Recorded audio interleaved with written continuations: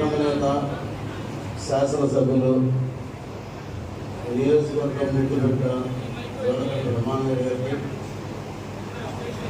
నూతనంగా ఎన్నికైనటువంటి municipal chairman Narasimharao గారికి, వేదిక లంచిన పెద్దలకి, ఈ సభకు వచ్చిన ఆర్యవైశ్య సోదరులకి, తెలుగుదేశం పార్టీ కార్యకర్తలు, అభిమానులు, నాయకులు అందరూ కూడా పేరుతో నమస్కరిస్తున్నాను. అయితే నేను ఒక్క నిమిషం మాట్లాడతాను, తర్వాత చైర్మన్ ఎమ్మెల్యే గారికి చాలా ముఖ్యమైన కార్యక్రమాలు ఉన్నాయి. అయితే ఇది తప్పని పరిస్థితుల్లోనే ఇక్కడికి వచ్చాడు. 2-3 పెళ్లిళ్ళు ఉన్నాయి. కోర్టు మీద ఆగాల్సి కూడా ఆగకుండా ఆర్యవైశ్యుల మీద ప్రేమతో ఇక్కడికి ముందుకు వచ్చిన వాళ్ళకి వస్తారు, కూడా వెయిట్ చేస్తారు.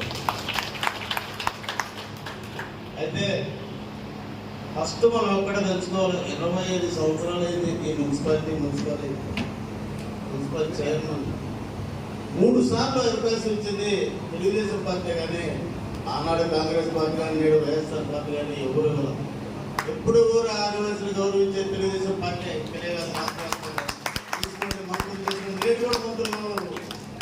నేడు కూడా ఆర్యవైశ్యుల్ని ఎక్కువ గౌరవించే తెలుగుదేశం పార్టీ ఈరోజు అంతకాడికి ఎక్కువ మన ఎమ్మెల్యే గారు చేసేదాన్ని నరసింహరావు చేయడానికి నిదర్శనం. ఆర్యవైశ్యులు అంటే మన ఎమ్మెల్యే గారికి ఎంత ఆప్యాయత, ప్రేమ ఉన్నదనేది మనందరం అర్థం చేసుకోవాల్సిన అవసరం ఉంది.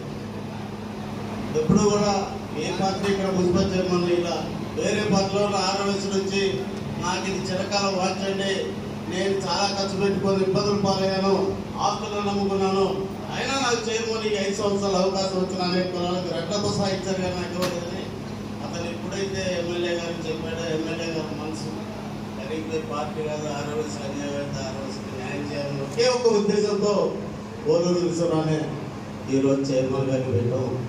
చాలా గర్వించాలా. మన ఆర్యవైశ్య సంఘం మొత్తం కూడా తన కృతజ్ఞత తెలియాలి. ఎప్పుడూ జోలగడ్డ కుటుంబానికి, బ్రహ్మానికి అండగా ఆర్యవైశ్యులను కోరుకుంటూ. Please subscribe to Future News, like, share and comment చేయండి.